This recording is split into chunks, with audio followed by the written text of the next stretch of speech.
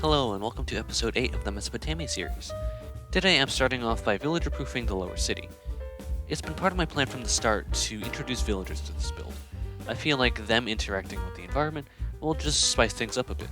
One of the main ways they're supposed to do this is by tending to fields outside of the city-state's walls. However, recently I learned that villagers can only link to a workstation if it's within a 48 block radius of them. And that means most of the villagers in the lower city won't be able to link to the composters outside of the walls. Only the villagers living in the houses closest to the walls will probably be able to link. So in order to see if this was true, I decided to have a test on a copy of the actual build. I placed the workstations down, I placed beds down so that the villagers could form a village, and this is what happened. So the villagers couldn't really find their beds, so I had to place them outside. As you can see, this villager is trying to sleep in a bed through a wall, so they had a lot of pathfinding issues there. The villagers could link to the workstations outside, but once again, it was the pathfinding that was the issue.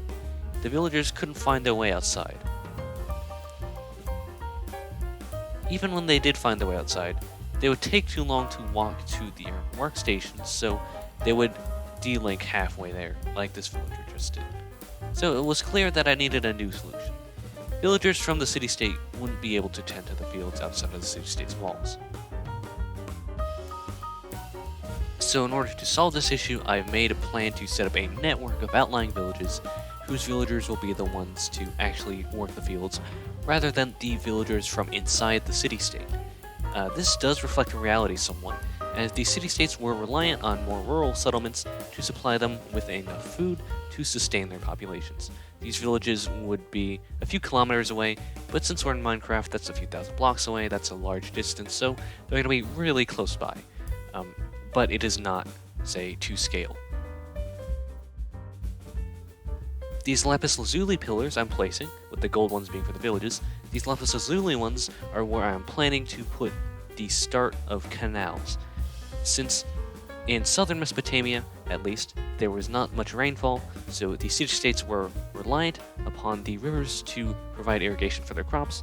In order to bring the water to their crops, they of course had to make primary, secondary, and tertiary canals. I had to do a bit of research on ancient irrigation techniques.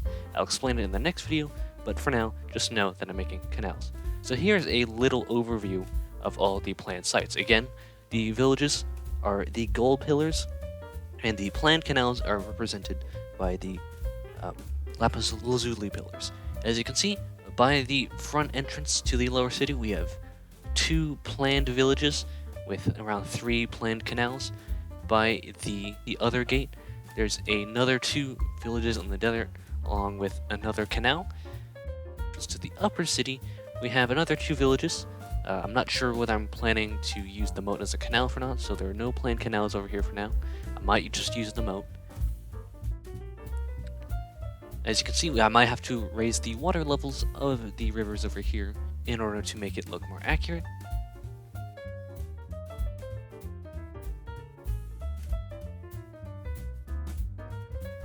As you can see, we're passing by the palace now, and there's a 3rd village right behind the palace area. And I'll actually be clearing some of this terrain, but that'll come later in the video. And then over by the port, there is another 2 villages along with 3 more planned canals.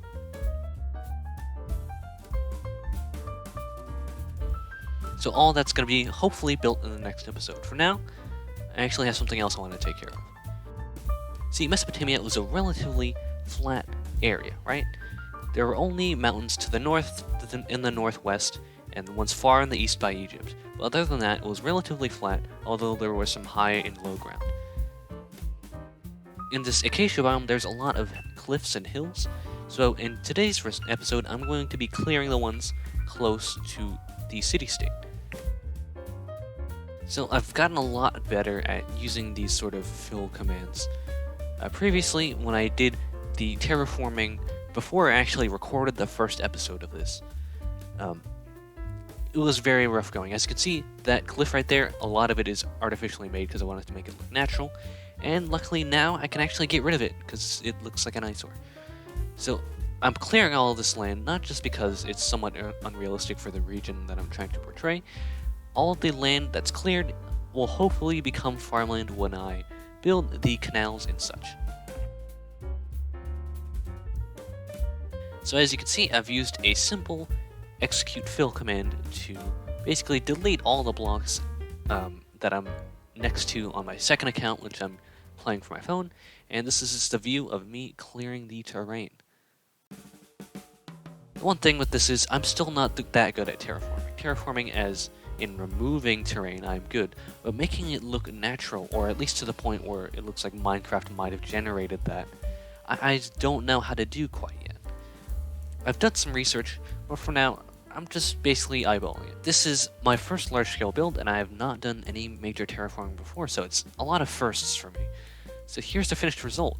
I thought the cliff kind of looked natural, just like that, but I know for most of the audience it doesn't look great. So the next step I'm taking here is to simply replace all of the stone with grassland. So as you can see, here's before, and I'm using another execute fill command to replace all the stone around me and turn it into grass. I was very paranoid throughout this whole process that using these fill commands I might actually get too close to my city-state and delete parts of it or change parts of it to different types of blocks, so I was very careful about this whole thing. And there's the finished terraforming of the ground, but I still wanted to make the cliffside look more natural, although it does look somewhat natural. I used more fill commands and just added a layer of dirt at a couple different Y levels, and that's the result. It doesn't look the best, but I might come back to it in the future, but for now I thought it was decent enough that I could move on to just fixing the rest of the terrain. And there's the after view. So of course I still had to replace the stone over here, and as you can see, once I'm finished with this, it actually turned out to be a nice flat open area.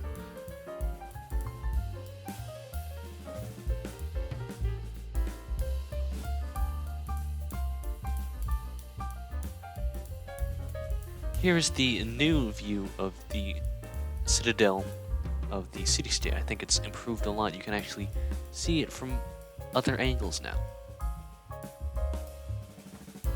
Alright, I'm gonna call it here for this episode, so I hope you enjoyed watching. Next episode, we're gonna be starting on the canals and hopefully the farms outside of the city. But if you enjoyed, please leave a like, maybe leave a comment, and consider subscribing, and I'll catch you in whatever I post next.